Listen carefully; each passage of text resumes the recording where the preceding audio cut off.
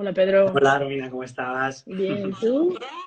Muy bien, muy bien. ¿Me Con escuchas muchas bien? ganas. Sí, te escucho perfecto, te escucho perfecto. Perfecto. Sí, yo igual, con muchas ganas de la charla, creo que va a ser súper interesante. Es un honor porque, bueno, creo que tenemos varios intereses en común, desde el fútbol hasta el tema de emprendimiento social. Entonces, bueno, va a ser súper interesante poder platicar un poco y indagar un poco más sobre los diferentes temas. Creo que para iniciar y como darle pie a la plática sería súper interesante como escuchar un poco de tu trayectoria y cómo le has hecho para volverte un experto en el liderazgo, ¿no? O sea, ¿cuál ha sido ese camino para ti eh, para enfocarte en este tema?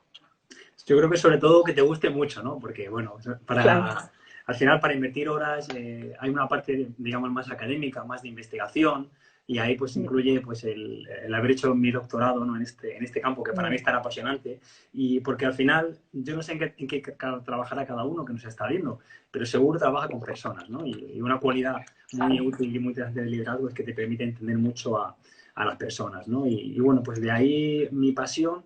Desde pequeño pues tuve suerte de formar parte de varios proyectos, de poder crearlos, de experimentar un poquito, ¿no? Con el liderazgo, esa parte un poquito más práctica, y luego de estudiarlo en profundidad.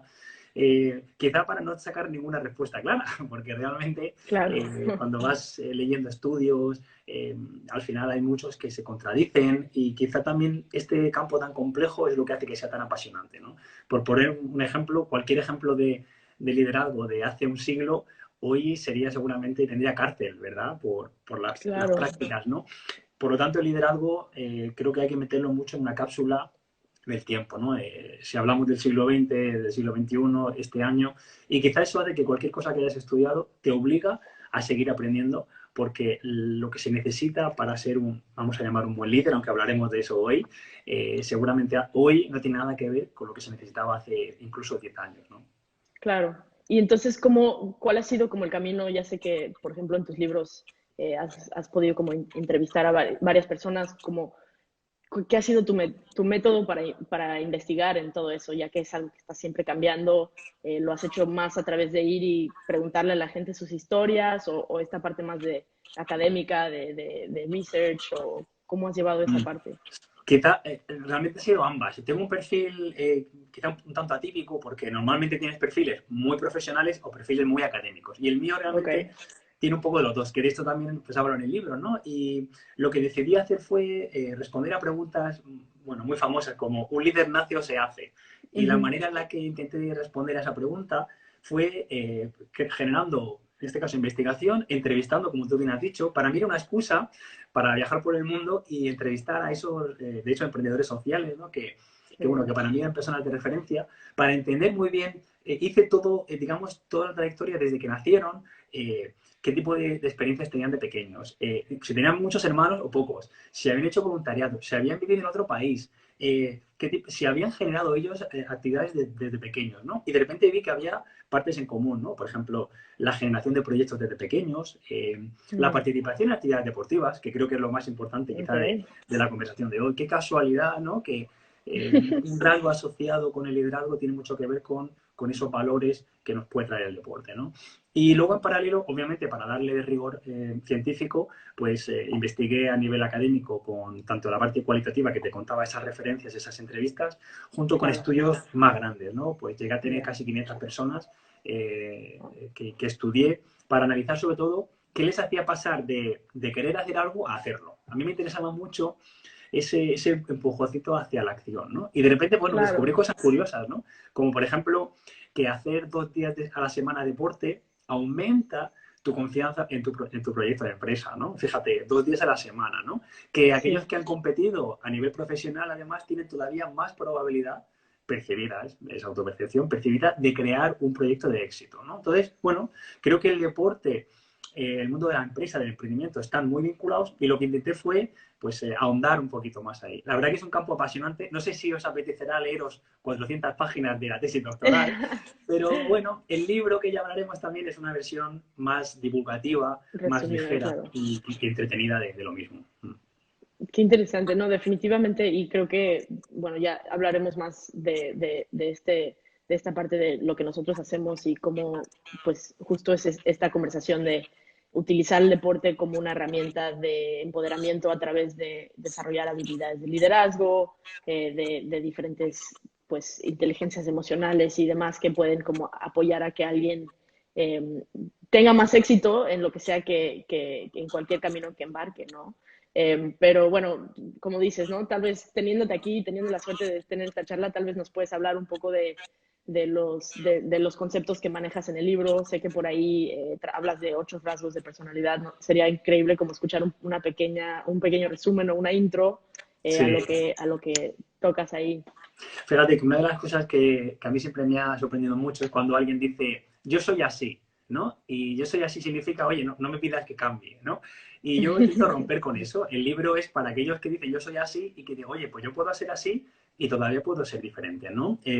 Los 8 rasgos, el libro tiene 8 capítulos y cada capítulo toca un rasgo de la personalidad, que sería como un ser, es decir, algo que tú prácticamente no has elegido porque tiene un componente genético muy importante, junto con rasgos más del hacer, es decir, comportamientos, historias de personas famosas y no tanto también del mundo del deporte, de la sociedad, de las artes, donde al final con una capa, hay otra tercera capa de la empresa, pues animo a dar ese pequeño empujoncito, ¿no? Y a cuestionar.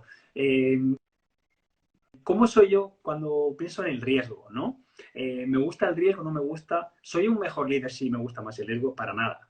No es una cuestión de ser más valiente para tomar el riesgo. Yo siempre digo que hay que tener mucho cuidado porque hay muchos que piensan que son optimistas y lo que son optimicidas, ¿no? Que van a lo loco pensando que no A las pasa nada, ciegas, que el claro. proyecto aguanta. No, creo que cada rasgo de la personalidad, en el libro hablo de 8, que llevamos muchos años ya estudiándolos, que ayudan a crear proyectos, que ayudan a crear esos proyectos de éxito, pero tan importante es el ser como el hacer. Es decir, aterrizarlo en una conducta, en un comportamiento. Entonces, cuento ejemplos de personas pues que, bueno, no voy a dar un spoiler, ¿no? Pero que, bueno, pues han ganado un premio y han decidido hacer algo que la gente quizá no haría, ¿no? Que es, pues, dedicar ese proyecto a hacer un proyecto más de vida, mejorar la vida de otros. Yo hablo mucho de ese liderazgo entendido como liderar es mejorar la vida de los demás, ¿no? Y cualquier ingrediente en nuestra vida que nos dé una mejora de otros, yo creo que siempre nos da un grado de significado, ¿no? De satisfacción. Y Claro. bueno, los rasgos van desde la creatividad, algunos muy famosos, ¿no? Como la creatividad, por ejemplo, la tolerancia a la ambigüedad, que es cómo vivimos con la incertidumbre. Imagínate, ese capítulo creo que sería casi, bueno, no sé si decir lectura obligada, pero es una lectura interesante para el COVID, ¿no? Para esta época, ¿no? Cómo vivimos con Claro, claro. incertidumbre, ¿no? Y hablamos que no importa tanto cambiar o pensar si cambiar o no, sino si mejoramos con el cambio y sobre todo que lo importante no es cómo empezamos, ¿vale? Que hablamos de un concepto y es el que empezar perdiendo no es perder en el libro, ¿no? Muchas veces nos toca empezar perdiendo un partido de fútbol, pierdes 0-1, no quiere decir que vayas a terminar el partido perdiendo. Ahora con el COVID nos Claro. ha tocado empezar perdiendo, estamos llegando quizá a la primera parte, llegamos al descanso, pero lo que importa es qué hacemos en el segundo. Y fíjate, Romina, te doy un dato muy curioso. En la NBA hicieron un estudio de qué pasaba, qué diferencia había entre el resultado en la primera parte de los partidos con el de la segunda. Bueno, pues adivina qué. Los equipos que perdían por más de 10 puntos acababan perdiendo el partido.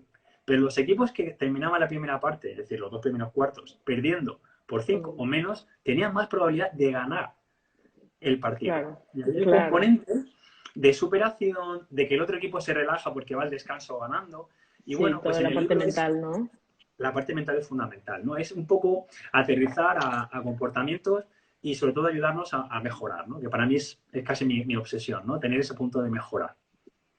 Claro, claro, qué interesante. Sí, es súper, bueno, me encanta como esta perspectiva de que el liderazgo no sea necesariamente, porque creo que muchas veces típicamente se entiende como pues el que es extrovertido o el que está, el que tiene más megáfono, ¿no? Y que sabe cómo pararse al frente del grupo. Y de hecho nosotros en la organización siempre tratamos de reenfocar eso para decir, bueno, como dices, ¿no? Tal vez no eres la persona más extrovertida, pero no significa que puedes tener un tipo de liderazgo de esta perspectiva de el liderazgo es más bien cómo sacar lo mejor de los demás, cómo estar en un proceso de auto crecimiento constante, ¿no? Y autorreconocimiento. Entonces, bueno, digo, creo que nosotros lo hacemos a través de entrenamientos en cancha, pero me interesa preguntarte esa parte, ¿no? Cómo, si bien hay esta parte de mezclar lo que se hace con lo que se nace, ¿qué es lo que podemos hacer para desarrollar liderazgo en una niña? Eh, sí es importante como conocer los diferentes tipos de liderazgo o bueno, puntualmente, ¿no? O sea, si estamos trabajando con jóvenes, si hay entrenadores que nos escuchan, ¿qué pueden hacer para fomentar el liderazgo en sus jugadores? Yo creo que, desde luego, podemos, y además es una oportunidad magnífica, ¿no? El propio entrenamiento. Como entrenador, sabemos, ¿no?, que tenemos mucha más responsabilidad que generar futuras jugadoras, de hecho Sí, es algo obvio, claro. sobre todo en proyectos que tienen un impacto social tan grande como el de Girls United, ¿no? Yo sí que Sí, diferenciaría dos tipos de liderazgo, el autoliderazgo y vamos a llamar, y el liderazgo, es decir, uno es cómo puedo ser yo mejor y el otro es cómo puedo hacer mejor a los demás. Entonces, desde el punto de vista del autoliderazgo, es generar una pequeña mejora en todos los sentidos. Por ejemplo, ¿cómo podemos hacer que entrenen desde pequeñas cosas que de mayores van a tener que usar y van a ser muy útiles? Como la toma de decisiones, la responsabilidad, claro. la comunicación. No que se hablen, sino que comuniquen con personas muy distintas. Hoy en día, Mm, fíjate lo que está pasando estos días, ¿no? Tuvimos que retrasar la charla ayer para hoy, ¿no? Por toda la situación que está pasando en Estados Unidos y en el mundo, entre otras cosas, ¿no? Con racismo. Y hay situaciones que llegan a ser problemas porque no se han trabajado desde pequeños. Por tanto, mm, es mucho más fácil inculcar, por ejemplo, la inclusión social o evitar el racismo con niños pequeños, niños, niñas, que hacerlo de mayores, ¿no? Seguramente habéis visto los vídeos, ¿no?, de niños que de hecho no saben que el otro es de otra raza porque se ven de igual, ¿no? claro. Y de hecho, el Sí. otro día, por ejemplo, con mi hijo íbamos por la calle y pasó una chica que era negra y dijo, ella es diferente. Y yo dije, wow. Y le dije, ¿qué tiene diferente? Dijo, el pelo, que lo tiene rizado. Y dije, wow. No, yo Sí, pensaba que me iba a decir lo otro, ¿no? Y interesante. te das cuenta que tienen esa inocencia, pero al final para mí lo Mm, importante es que somos generadores de contextos. Es decir, cuando hablamos del liderazgo del entrenador, de la entrenadora, somos mm, generadores de contextos, de un contexto donde las jugadoras, en este caso, van a ir creciendo, van a desarrollarse, y no hay que pensar en tener buenas jugadoras ahora, sino en tener buenas personas mañana. mañana, ¿Vale? claro. Personas íntegras, en personas, por ejemplo, que toman decisiones. Y esto no es fácil. Mm, Yo trabajo con adultos. Yo me dedico a no te lo he comentado, pero vamos, me dedico a la formación, acompaño a personas de todo tipo, tanto en deporte como fuera, y veo que, como todos, y yo incluido, pues hay muchas cosas que no nos hemos trabajado y tenían que haberse trabajado antes. Y es nuestra responsabilidad de adultos trabajarlas. ¿Vale? mm, Hay adultos que odian la toma de decisiones. Y puede ser decidir qué cenar por la noche, o decidir qué color, qué coche comprar, o decidir qué tipo de proyecto lanzar. Y esto se entrena. Yo con mi hijo lo entreno desde que decida qué película quiere ver y a veces duda entre Spirit o Frozen, ¿no? Pero él tiene que decidir. Porque además, claro, cuando elige una película, ya no cambiamos. ¿Vale? Es a lo que me claro. refiero, ¿no? Que en la propia cancha puede entrenar muy bien esa toma de decisiones. Sí. Es música a mis oídos, porque justo, pues es lo que siempre tratamos de inspirar, ¿no? En los entrenadores es como esta parte de crear esos ambientes en donde suceda, en donde las chicas se enfrenten con estos momentos de toma de decisión, de resiliencia, ahora sí que darles ese espacio en donde estén practicando, ¿no? Porque al final una cosa es, y me interesa saber tu opinión sobre esto, pero consideramos que una cosa es aprender algo teórico en un salón de clases, en donde te dicen, bueno, esta es la fórmula, ¿no? Esta es la forma en la que podrías comunicar con tus compañeros para tener mejores resultados, pero es otra cosa distinta si la estás experimentando, si lo estás viviendo, si es como presencial, ¿no? Entonces, no sé si ahí tú como trabajas en un salón de clases, en, ¿crees que eso es un reto, que no, al no tener como esa oportunidad de que ellos lo vivan o cómo replicas eso? Porque bueno, nosotros tenemos la ventaja de que estamos en cancha, ¿no? Sí. Pero, ¿cómo manejas esa parte de realmente crear esos espacios y esos ambientes en donde los alumnos y la gente estén teniendo que practicar lo que se habla?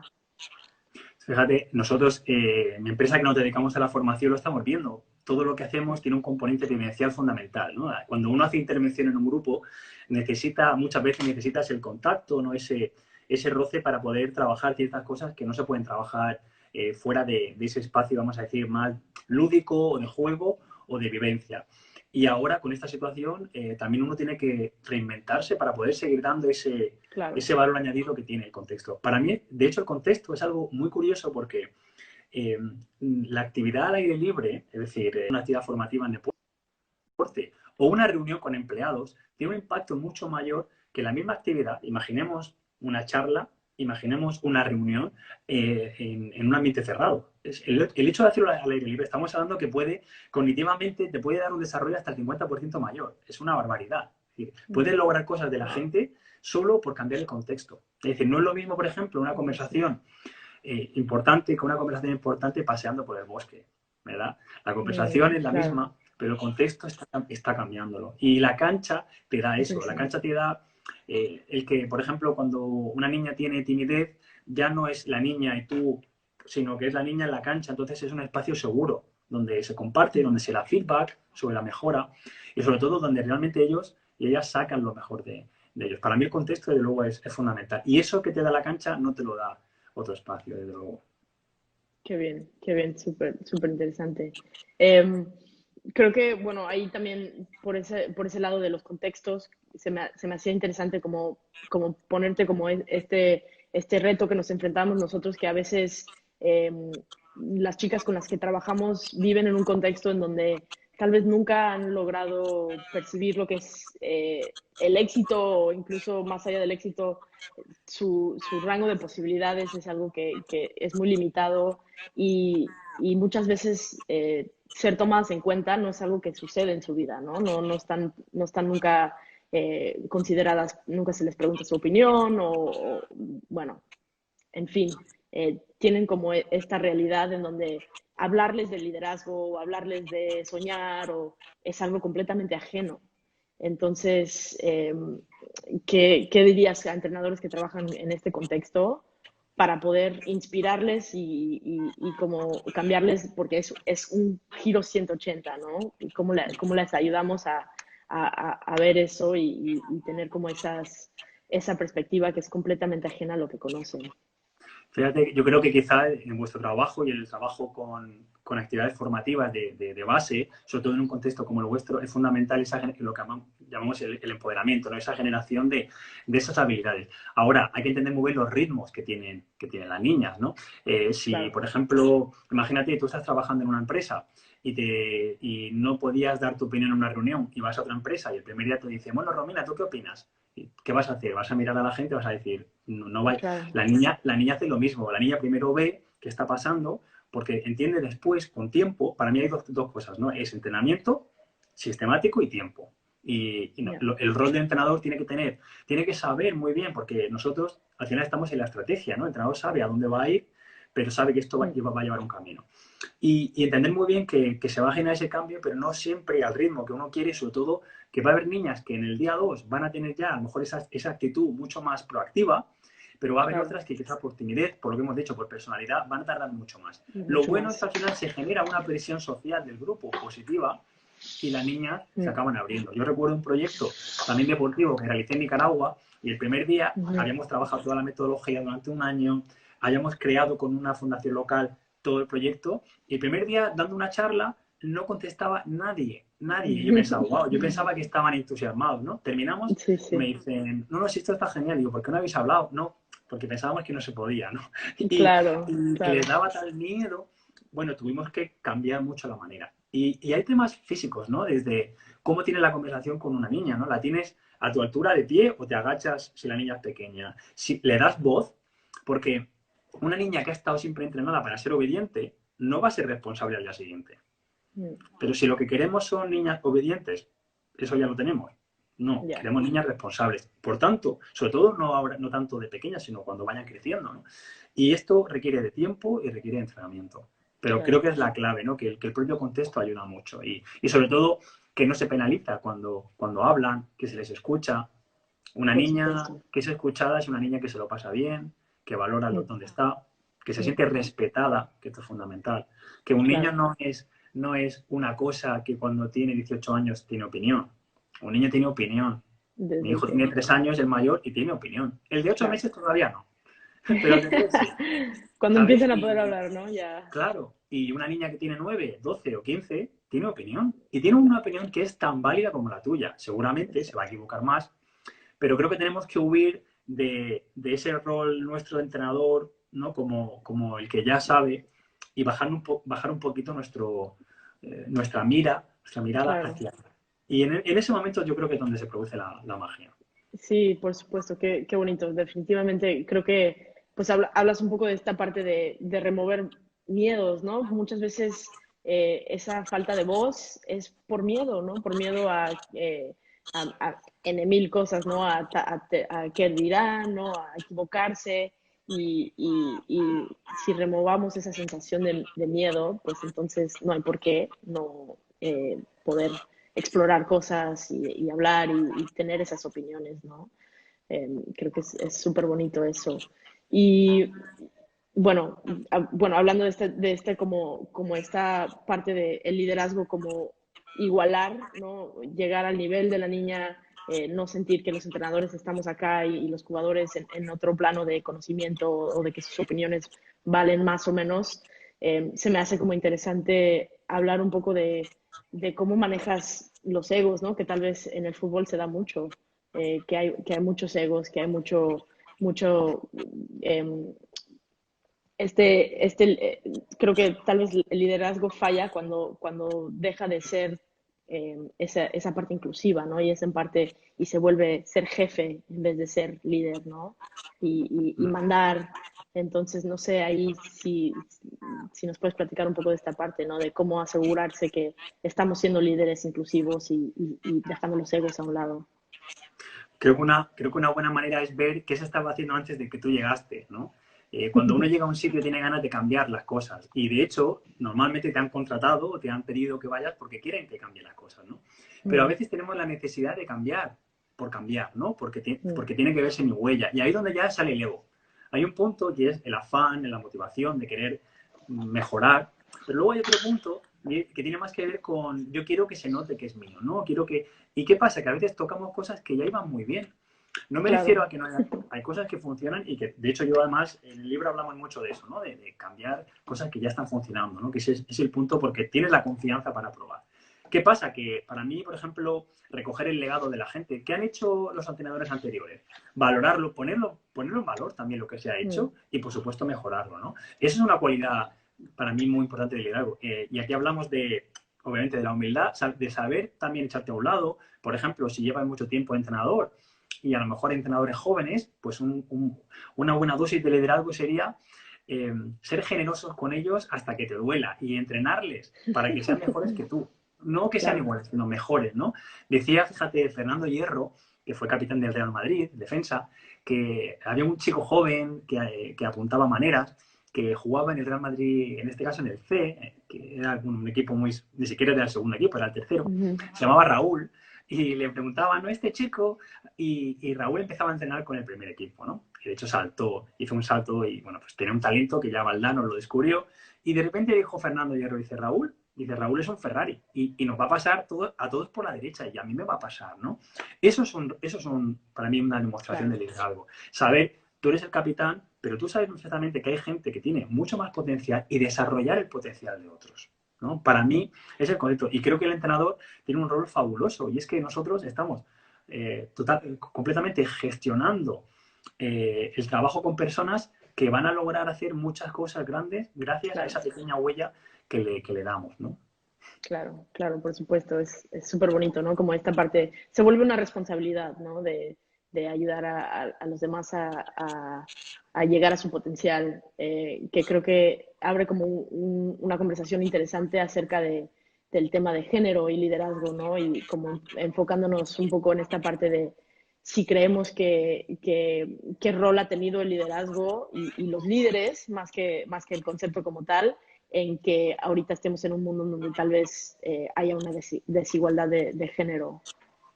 Yo, vamos, mi percepción es total, ¿no? Que tenemos una responsabilidad que de hecho creo que no podemos celebrar por ejemplo, ¿no? Cuando digamos que hay un 30% de mujeres en un consejo de administración o que formen parte de cualquier organización, ¿no?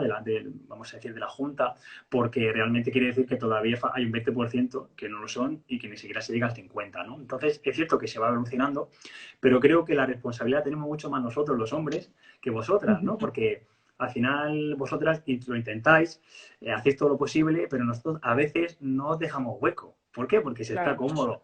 Porque pensamos, aquí hay un pastel y para que comas tú, a lo mejor como yo un poquito menos. En lugar de pensar en que todos lo hacemos más grande, ¿no? Y es un tema que a mí, la verdad que me suscita siempre mucha preocupación porque creo que nunca es suficiente, ¿no? Y yo, por ejemplo, yo cambio mucho de opinión, ¿no? Y eso también es bueno reconocerlo y entender que para mí hace unos años yo creía mucho más en una equidad natural, hasta que de repente pues empiezas a viajar a otros países y te das cuenta que es imposible y que si no haces políticas públicas nunca va a llegar a ese punto de igualdad, ¿no? Y ves otros países donde ya hay igualdad y tiras un poquito de la cuerda y ¿qué te das cuenta? Pues que hace unos años generaron políticas que forzaban realmente al principio esa igualdad y que luego ya se volvió natural, ¿no? Entonces, bueno, creo que todos pasamos por un proceso de evolución también, ¿no? En cuanto Por supuesto, sí.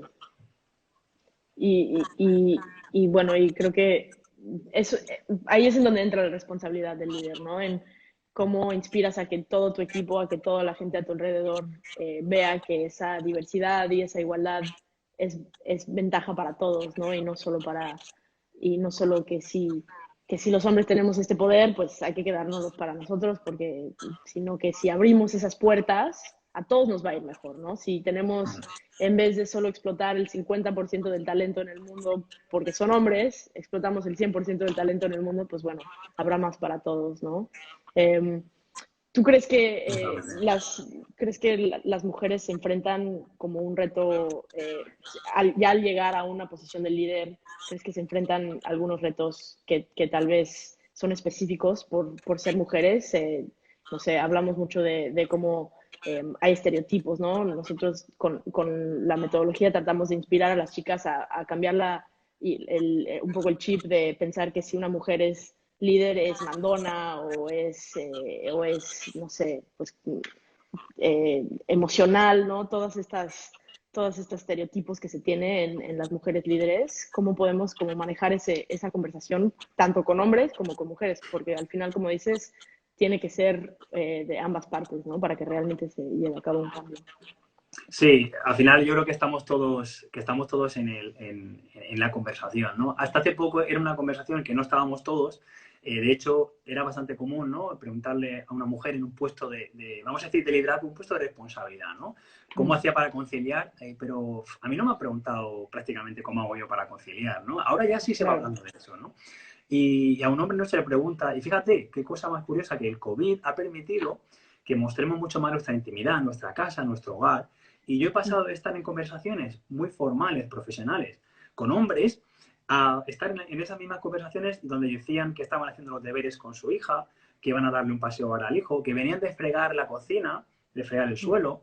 Y esas tareas que siempre como que nos hemos olvidado porque nosotros teníamos la suerte de que estábamos fuera haciendo otras cosas y claro, había una carga mental brutal para, en este caso, para otra persona en casa, ¿no? Y yo creo que ahora el hecho de tener que estar tantas horas en casa ha dado visibilidad, al menos interna, a la cantidad de tareas que hay que hacer y que realmente sea un reparto lo más, vamos a decir, justo posible. Y en cuanto a qué se espera, creo que sí es verdad que en roles, dependiendo, yo diría, depende mucho del trabajo, del contexto. Por ejemplo, hay culturas, ¿no? En Estados Unidos nos llevan en este caso ya bastante evolución en cuanto a la asertividad que muestran en el trabajo, incluso, por ejemplo, la proporción. Nosotros tenemos suerte, en mi empresa, por ejemplo, son más mujeres que hombres y yo siempre veo que esta diversidad te enriquece muchísimo. No sé realmente si por rasgos que aportan, porque, bueno, podríamos decir que aportan más empatía, aunque realmente creo que tiene mucho de componente cultural, es decir, se espera más de una mujer que sea empática, que ayude, por lo tanto ayuda, ¿sabes? Es más de conducta más que en que sí de de así personalidad. sea. Hay un componente, pero sí creo que entre todos, por ejemplo, algo importante es que feminizamos o feminicemos el liderazgo, es decir, que lo mejoremos. Lo que te decía al principio, que el liderazgo hace 50 años, imagínate un líder era hombre seguro, ¿verdad? Hace 50 años era hombre seguro. ¿Y qué tipo de perfil? Duro, ¿no? Agresivo.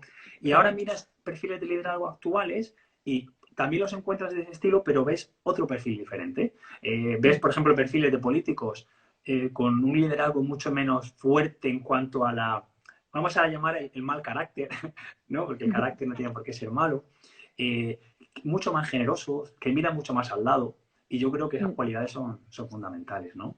Claro. La expresividad, por ejemplo, esa preocupación empática, al final son cualidades que están muy vinculadas al liderazgo y que, bueno, creo que aportan mucho.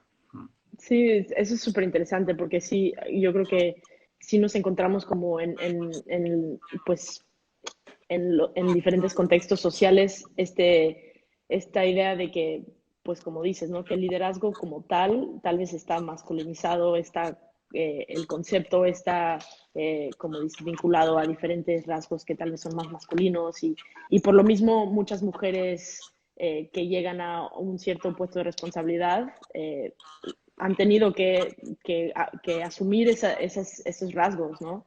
Y entonces, pues, pone esta pregunta, ¿no? Cómo desde que son chiquitos lo cambiamos y cambiamos ese concepto. Fíjate, uno de ellos, que no lo hemos comentado, ¿no? Pero la apertura emocional, ¿no? Cómo tú te abres esto de un hombre, también lo contrario, ¿no? Qué se esperaba de un hombre, ¿no? Que no se abriera tanto, que no mostrara tanto sus sentimientos, con lo cual había una conducta marcada también por una expectativa de la propia sociedad, ¿no? Y eso está cambiando. Y creo que mostrar esa vulnerabilidad además nos hace crecer, sobre todo te hace conectar con la gente. Claro. Y además, sobre todo porque conectas con mucha más gente, porque antes estabas conectando solo con un grupo muy, muy pequeño, ¿no? Y volviendo un poco a lo que decíamos antes, que al final es que no tienes todo, tú no tienes un yo, Romina, un yo Pedro, tenemos muchos yoes, ¿no? Y los podemos explorar. Con unas personas yo puedo mostrar más emocionalidad, porque ellas lo necesitan o porque yo lo necesito, y con otras mostrar menos. ¿No? No se trata de, cuando hablamos de apertura emocional, no es llegar ahí y ponerme a llorar delante de la gente, ¿sabes? Que pensamos Claro, mucho en eso, justo. ¿no? No, no, pero es entender, a lo mejor es hablar menos, a lo mejor es dejar un tiempo para la gente y es jugar a adaptarte mucho al contexto. Es, creo, creo que por ahí también tienes algunos libros que hablan de esta parte de la inteligencia emocional y nosotros en nuestro desarrollo de entrenadores es algo que buscamos explorar bastante. ¿Cómo vinculas el tema de la inteligencia emocional con el liderazgo? ¿Qué rol tiene? Ya, fíjate, para mí totalmente. Creo que además el componente de la inteligencia emocional hace unos años estaba sacado fuera de la ecuación del liderazgo, ¿no? Cuando uno Mm. analiza, ¿no? Quizá hay una parte, la inteligencia emocional tiene como dos cajas, ¿no? Tiene una caja, vamos a, intrapersonal, una caja tuya y una caja que tiene que ver contigo y los demás, ¿no? Y en la caja primera, por ejemplo, hoy en día, pensemos en un deportista profesional, en un entrenador, cualquier profesional. Es impensable que no se conozca el autoconocimiento, que sepa sus límites para mejorar, que no se autorregule emocionalmente, ¿no? La autorregulación es fundamental. Por ejemplo, un jugador, una jugadora, cuando le hacen una entrada, que no se revuelva y empieza a dar patadas, ¿no? O en el trabajo, es lo mismo cuando tú recibes un correo electrónico, te enfadas muchísimo por lo que te acaban de decir, pero que aguantes un poquito antes de responder. No que lo que pasa a veces, que respondes y dices, sí, te vas a enterar, ¿no? Y te Explotas. pones ahí y dices, o llamas Claro, por teléfono y de repente dices, wow, que ¿qué me he he hecho? pasado, ¿no? Sí. Ese componente de la inteligencia emocional ahora es mucho más necesario que antes, ¿no? Y luego hay otros que como la empatía, ¿no? Las habilidades sociales, que sí es cierto que algunas ya eran, vamos a decir, se trabajaban antes, pero ahora son mucho más necesarias, ¿no? Y esto también abre una posibilidad a gente, pues a lo mejor que no sea tan brillante intelectualmente, ¿no? A nivel cognitivo, pero que sí que puede conectar mucho, ¿no? Imagínate ahora mismo que todos vendemos proyectos, ¿no? Si no Ujú. tienes la capacidad de entender muy bien lo que te pide la gente, esas habilidades Claro. sociales, no vas a vender el proyecto. Y el proyecto puede ser espectacular, ¿no? Y lo bueno además es que esto lo podéis, y de hecho vosotras lo trabajáis en la cancha, y esto es Mm. fabuloso, porque están entrenando, por ejemplo, no solo en el campo, sino qué pasa cuando no te sale lo que quieres, Mm. ¿no? Cuando no te Claro. sale una jugada, cuando no te sale, esa frustración es la que pasa en el día a día con los proyectos. ¿Qué pasa Claro. cuando nos, pues al final, cómo te levantas y sigues? Mm. ¿No? Y el punto de conocerse yo creo que es fundamental, ¿no? Y Y pues, no. hay algunas, porque nosotros siempre buscamos como, tenemos como algunas herramientas que les proponemos a las jugadoras como para ese tiempo eh, de darte un respiro o de considerar cómo te estás sintiendo. ¿Tú hay algunas que manejas como para poder reconocer las emociones y trabajarlas o dejarlas como, quitarles como cualquier peso negativo? Yo lo que siempre recomiendo, ¿no? A las personas que trabajan, como en este caso en acciones formativas, es ir con el radar. Es como si llevaras un código QR que va leyendo totalmente, porque de hecho pasará, ¿no? Que tú estás en un equipo y la misma pregunta a una niña de, oye, ¿cómo estás? ¿Qué te está pasando? Es lo que necesita para abrirse, pero a otra niña, cuando le haces esa pregunta, saca toda la rabia, se va, porque no era el momento, ¿no? No era el momento de esa pregunta. Entonces, el cuerpo muchas veces te lo va diciendo, ¿no? Y a nosotros nos pasa cuando estamos trabajamos con adultos, más que con niños, ¿no? Y cuando estamos con adultos vemos a quién se le puede hacer un comentario en público, a quién es mejor primero calentarlo en privado y luego ya hacerlo en público, porque a veces lo tienes que hacer, ¿no? Y esto que dice, ¿no? De las alabanzas en público y las críticas en privado. No. Hay críticas que se tienen que hacer en público y hay alabanzas que se tienen que hacer en privado. En privado, claro. Porque una alabanza que yo te diga a ti, por ejemplo, delante de todas las niñas, qué bien lo has hecho, qué bien, qué golazo, qué te estoy haciendo. Según cómo seas tú, te estoy dando más presión y en el siguiente partido lo vas a hacer mal, porque te ha alabado un público. Es decir, que no hay una fórmula que te funciona con todo el mundo. Por Claro. eso tenemos que ir leyendo cómo nos está contestando, qué nos está... Ahí el cuerpo te ayuda mucho. Ok. Sí, observar el lenguaje corporal. Sí, digo, creo que tienes toda la razón, ¿no? Al final nosotros hablamos mucho de cómo un equipo son 20 individuos, ¿no? Que además de aprender distinto y jugar distinto y tener contextos distintos, todo este manejo de emociones y la mejor forma de sacar lo mejor de ellos es tener que conocerlos, ¿no? Y bueno, Totalmente. Y luego que el lenguaje no es lo que te están diciendo. El lenguaje es claro, lo que te están diciendo con lo que te están diciendo. Si a una niña le dices, en el próximo partido tú tiras el penalti y te dice, no, no, no, no, no, no te está diciendo no. Te está diciendo, tengo miedo. Y ahora hay que claro. ver por qué tiene miedo. Porque puede ser que tenga miedo, pero que lo que quiera ella es tirar ese penalti y está preparada. Hay un punto también que cuando tenemos un evento que nos produce miedo, algo, una presentación, algo que nos hace estar nerviosos, hay una forma de saber si estamos preparados. Y es si quieres que pase rápido el día. Si quieres que llegue ya el viernes, el día del partido, de la presentación, quieres que pase rápido, eso es que estás preparada. Y esto Claro. nosotros lo decimos mucho. Si no quieres que llegue, es que a lo mejor necesitas más tiempo. Pero si dices, uy, que se pase rápido, eso es que ya estás preparado. Y esto, Sí. créeme, esto tranquiliza mucho Es a una la buena, persona. forma de medir, me encanta. Lo voy a usar. Y me Como, cuentas. como esta semana que ya quería que llegara live, entonces sabía que Por ejemplo, ¿no? Y terminas y dices, ya lo he hecho. Bueno, pero ya era porque querías, ¿no? Y seguramente estabas preparada, pero hay un punto, obviamente, de esa incertidumbre, de saldrá bien, de funcionará la tecnología. Y muchas claro, veces, cuando nos toca una oportunidad, nuestra primera respuesta es fisiológica, no. la emoción, que puede ser el miedo, justo cuando pasan unos segundos, ¿qué viene otra emoción? Y a lo mejor es la sorpresa, anda, me ha elegido a mí para tirar el penalti, ¿no? La Sí, alegría, claro. fíjate, has empezado con el miedo, me han dicho que tiene el penalti. La sorpresa, yo, la alegría, ¿no? Y puede ir convirtiéndose incluso en un estado de ánimo, que sea que estés toda la semana súper contenta porque te han dado un rol. ¿Qué es lo que acabas de Claro. hacer? Dar responsabilidad. Por Y ese supuesto. es el rol, ¿no? Nuestro. Y acompañar. Porque si luego tira Sí. el penalti y falla, ¿no? Y dices, te lo dije, no ha servido de nada, ¿no? Pero ese punto de dar esa responsabilidad y de acompañarles en el camino. Claro, claro, eso es súper interesante, ¿no? Esta parte de cómo desarrollamos esa sensibilidad de escuchar más allá de las palabras, entender el lenguaje corporal, entender que todos esos procesos, ¿no? Y tal vez quitarle el peso a las emociones, ¿no? Porque hablamos de que el enojo es malo y de que la tristeza es mala y no te enojes, no llores, ¿no? Y cómo empezar a cambiar ese lenguaje para que podamos entender mejor a los Claro, jugadores. está alguien triste. No estés triste, pues no, pues si está triste, está triste. No, Esto es no, no va a triste, ayudar. claro. O cuando vas a aprender, a mí, que alucina, ¿no? Dice, tienes una presentación en público, no te pongas nervioso, gracias. Muchas gracias por ese Como, consejo, ¿no? Vamos a ver. claro, No, los de nervios son hecho es buenos, curioso. ¿no? Te pueden Sí, ayudar. y que las emociones al final son como un camión que va en marcha. Tú no las puedes parar en seco, pero sí Mm, puedes darle la vuelta en otra dirección, ¿no? De transformar, mm, por ejemplo, ese miedo en excitación, porque, oye, ujú, porque vas a hacer algo importante, ¿no? Yo siempre digo una cosa, si estoy nervioso es porque me importa. claro, Si, por ejemplo, este Instagram Live no me importa nada, pues estoy cero nervioso. Claro, no es lo mismo a lo mejor un Instagram que un evento con 2.000 personas, pero claro. si está nervioso o nerviosa es porque te está importando. Y ya ahí Mm, partes de una buena base.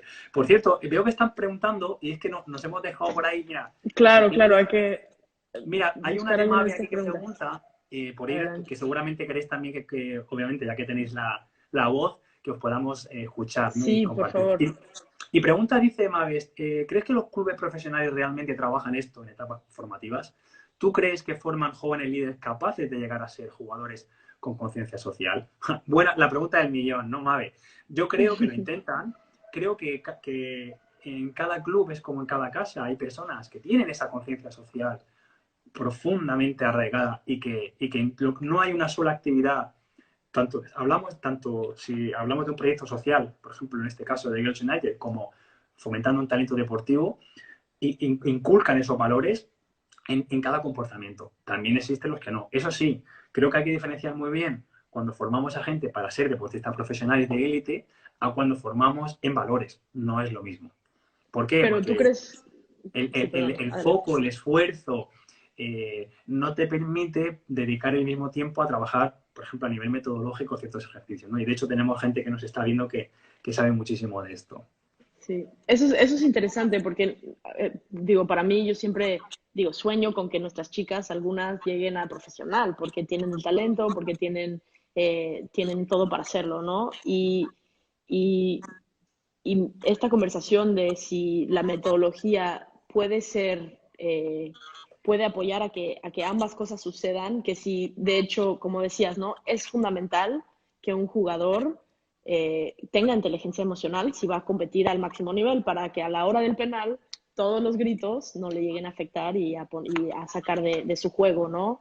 De hecho hemos recibido como varios cursos del Positive Coaching Alliance que son de la Universidad de Stanford y su metodología habla de esta parte de crear atletas de alto rendimiento, pero que también son personas con valores y cómo esas dos cosas realmente se pueden apoyar más que tener que sacrificar una por la otra.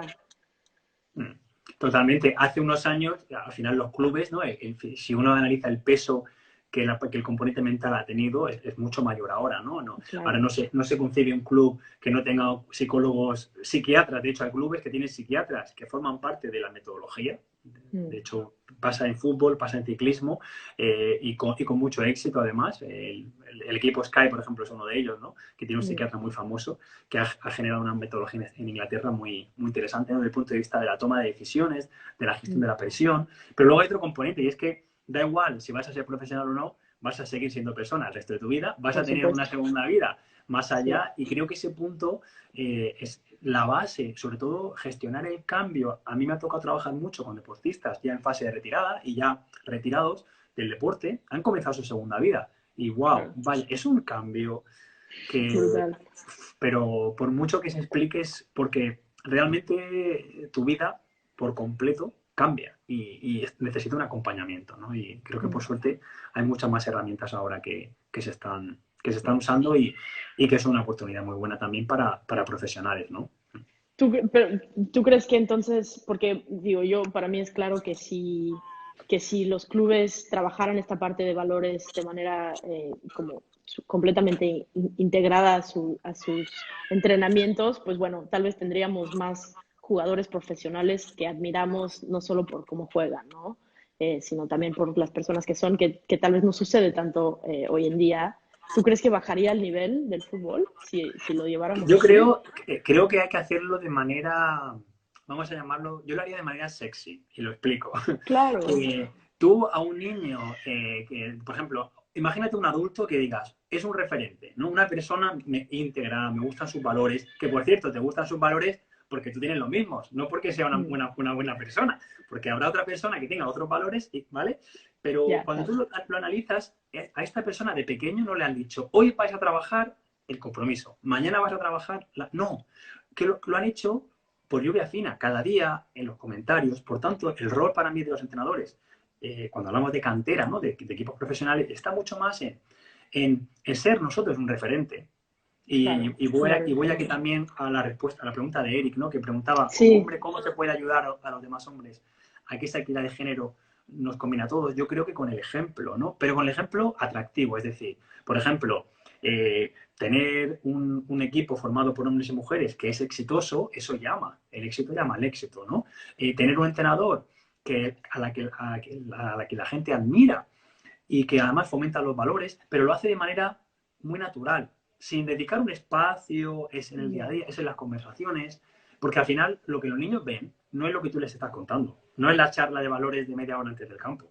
Los niños ven lo que estás haciendo tú, claro. cómo tratas, sobre todo además en edades pequeñas, son, ya sabemos, ¿no? Son esponjas, son espejo, y creo que ahí Eso nuestro es. rol, ¿qué sucede? Que bueno, pues aquí creo que sí tenemos un margen de mejora y que por suerte la profesionalización del deporte viene acompañada también de personas que sí que tienen una visión quizá más enfocada a esa gestión de los valores, pero no lo asociemos a la edad tampoco. Hay gente con mucha edad haciendo cosas espectaculares y gente que tiene 30 años y que no está para nada fomentando unos valores positivos, ¿no? O sea Claro, que sí, al es muy final complejo.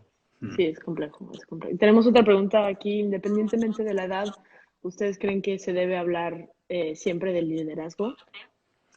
Independientemente de la edad, yo creo que sí. Y claro, por ejemplo, no es lo mismo hablarle a una persona que tiene 200 trabajadores a su cargo de liderazgo que hablarle a una chica de 9 años, ¿no? Claro, Porque dirá, ¿y esto qué tiene que ver conmigo? Sí, seguramente ni siquiera hace falta decir la palabra liderazgo con una chica de 9 años, pero sí que ya, podemos trabajar esos componentes, esos ingredientes que tiene el liderazgo y que le van a ser útiles, ¿no?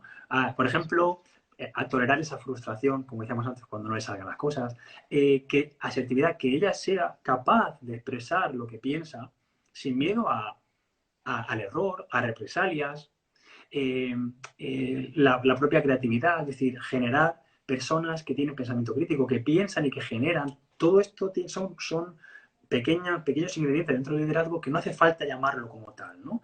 No hace falta claro, decir, por por supuesto. ejemplo, hace muchos años trabajé con Naciones Unidas en un programa muy bonito que eran campamentos de liderazgo para jóvenes. Y era por todo el Ujú. mundo, era un proyecto precioso y formaba, pero eran jóvenes que tenían entre 14 y 20 años. Si tienes 10 años, yo no le pondría el nombre liderazgo, pero sí que analizaría qué habilidades esta persona va a necesitar o le va a venir bien el día En de su mañana. vida, por Por ejemplo, supuesto. que no se crea todo lo que le cuenta. Pensamiento crítico. Un Claro, líder, por un supuesto. líder que hoy se cree todo lo que le cuentan, ¿qué hace? Pues retuitea, ¿verdad? En Twitter lo que más rápido le da, no piensa si esto es verdad, si es fake news. De ahí estamos hablando. Eso es liderazgo. Claro, por Y eso hay que supuesto. entrenarlo de pequeños.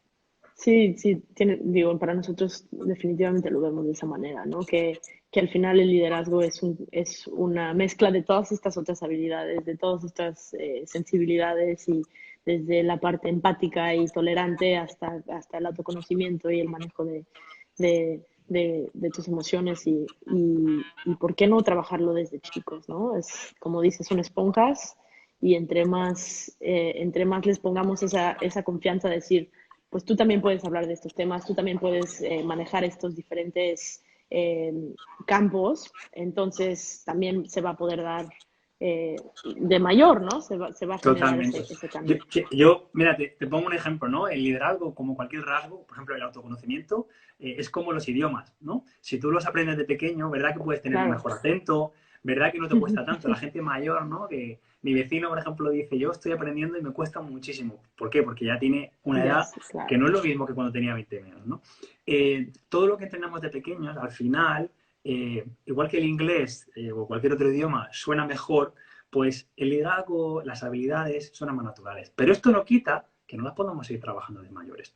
Que algunas te va a Claro. costar más. Por ejemplo, reírte de ti mismo. Si no te has reído nunca de ti mismo, de ti misma, empezar con 30 años te va a costar, pero lo puedes hacer. Y la clave no está en compararte con otra persona que te da envidia, porque cuando le hacen una broma, él o ella se hace otra broma a sí misma y no, sino cómo estabas tú el año pasado. Yo esto lo he aplicado. Yo, por ejemplo, en las conferencias al principio no quería hablar nada de mí, todo profesional, ¿no? Pensaba que la parte personal no interesaba, hasta que me di cuenta que no, que yo así no conectaba con la gente. Yo necesitaba meter mi experiencia. ¿Qué Claro, pasaba? Que, claro, pues yo, por ejemplo, iba a espacios donde a lo mejor yo tenía pues imagínate, había otro ponente, un caso concreto, que estaba súper fuerte, ¿no? Y yo, pues, estoy bastante delgadete, ¿no? Entonces yo tenía mi complejo ahí de demasiado delgado. ¿Y qué hice? Pues una broma sobre mi cuerpo delante de la gente. Cuando hice la broma me quedé tan a gusto que luego se me claro, olvidó y desde entonces ya, claro, ya cambias el chip y dices, oye, si es que no pasa nada. Pero claro, claro. el primer día no lo vas a hacer. Eso sí, es entrenar poco a poco. Yo siempre digo que estas cosas las tienes que probar poquito a Ir poco. quitándose los miedos, por Claro. supuesto. Tenemos un par de preguntas más, porque no, antes de cerrar, creo que son interesantes. Aquí hay una de alguna técnica o actividad que sea rápido de ejecutar en edades formativas con niños y niñas. Bueno, la pregunta es, ya te preguntaría qué quieres trabajar, claro, eso es fundamental, ¿no? Claro, Si para mí es fundamental qué queremos trabajar. Lo que sí te animaría es, sin saber muy bien qué objetivo tienes, porque cada técnica necesita ir asociada a un objetivo, que yo involucraría la pregunta. Es decir, algo que a mí me funciona mucho es no darlo totalmente hecho. Por ejemplo, puede ser dedicar una parte de entrenamiento a lo que tú hayas preparado y dejar un hueco para que ellas sugieran, propongan. Claro, si se lo dices en el mismo momento, no van a saber. Pero si les dices, recordad que el viernes lleváis vosotras el entrenamiento. Claro, ellas durante la semana van diciendo, uy, que el viernes nos toca a nosotras. Entonces, por ejemplo, yo que he puesto en práctica, desde el calentamiento, cada persona dirige una actividad, cada claro, persona un día tiene un rol especial y al final eso es entrenar el liderazgo. Si es entrenar, por ejemplo, que tengan que hablar en público y durante ese entrenamiento trabajas un montón de cosas, porque has trabajado la resolución de problemas complejos, porque ha tenido que preparar una sesión, la comunicación asertiva, porque tienes que explicarlo, y la influencia, y que te hagan caso. Todo claro, esto por supuesto. con 20 minutos, ¿no? Pero Sí, sería sí. muy importante ver el objetivo, ¿no? Sí, pero tienes razón que ese tipo de prácticas son formas muy sencillas de trabajar un montón de cosas. Nosotros lo manejamos, ¿no? El capitán de esa semana va a poner el calentamiento, escoge tal vez el partido al final, incluso, como dices, darle esos roles a nosotros nos ha funcionado desde algo tan sencillo como jugar seguir al líder a la hora del calentamiento, ¿no? Con las edades súper chiquillas, en donde pues todo el equipo te va a seguir, ¿no? Lo que sea que tú hagas y decirles, puedes hacer lo que quieras, ¿no? El ejercicio que quieras y te vamos a seguir.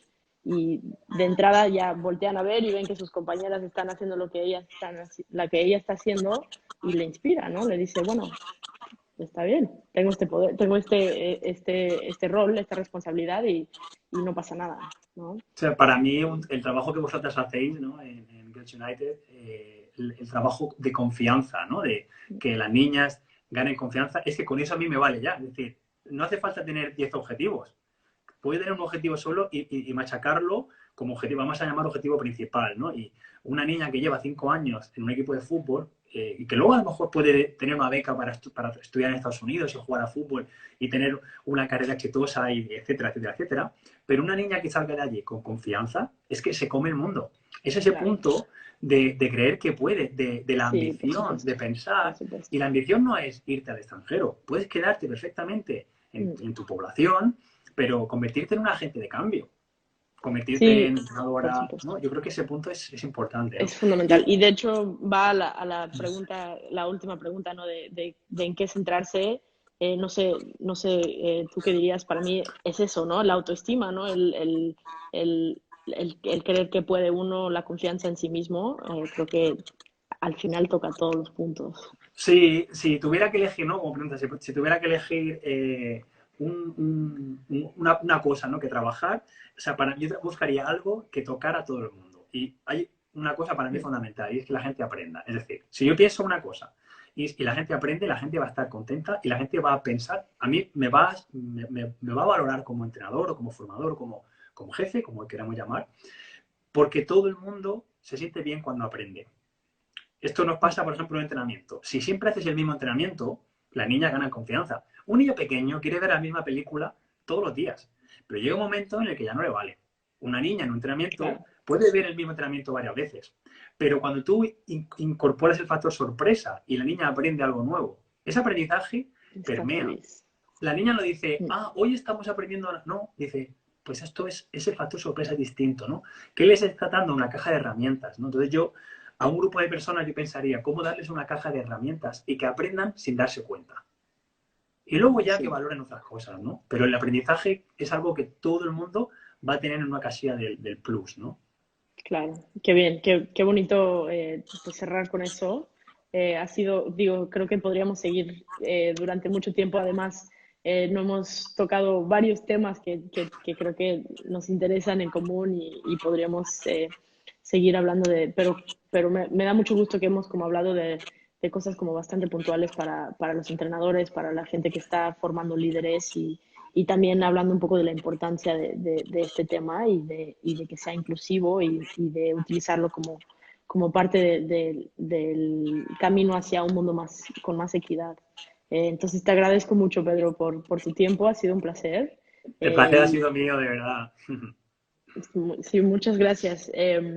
Y bueno, bienvenido a la familia de Girls United, ya eres Sí. una parte más del cambio y agradecemos Muchas mucho eso. gracias. Tengo la suerte de conoceros gracias a vuestro compañero Félix, ¿no? De hace ya Claro, unos años. Y la verdad que animo si, bueno, pues a los que nos conozcan, aunque sé que cada vez, ¿no? Obviamente los que nos están viendo ya seguramente os conocen, pero que vean más sobre vuestro trabajo, porque creo que al final, además, el hecho de unir dos países, ¿no? Como en vuestro caso, con contextos muy diferentes, sacando lo mejor, ¿no? Para mí eso es ideal, ¿no? claro, Siempre por supuesto. hay un ingrediente para mí que tiene que estar en todos los proyectos y es la mezcla, ya sea de Mm, género, de personas, de perfiles, y creo que vosotras trabajáis muy bien ese muchas concepto gracias. y yo estoy encantado de formar parte pequeñita de lo que Buenísimo, necesitéis. De verdad, mil, padrísimo. mil Y gracias. bueno, la invitación está aquí para conocer el proyecto en Bacalar, aquí te esperamos. Y como Ten dicen, ¿no? cuidado que me la tomo, que la agarro rápido, ¿eh? Ya está, buenísimo. Pues muchas gracias. A vosotros, a vosotras.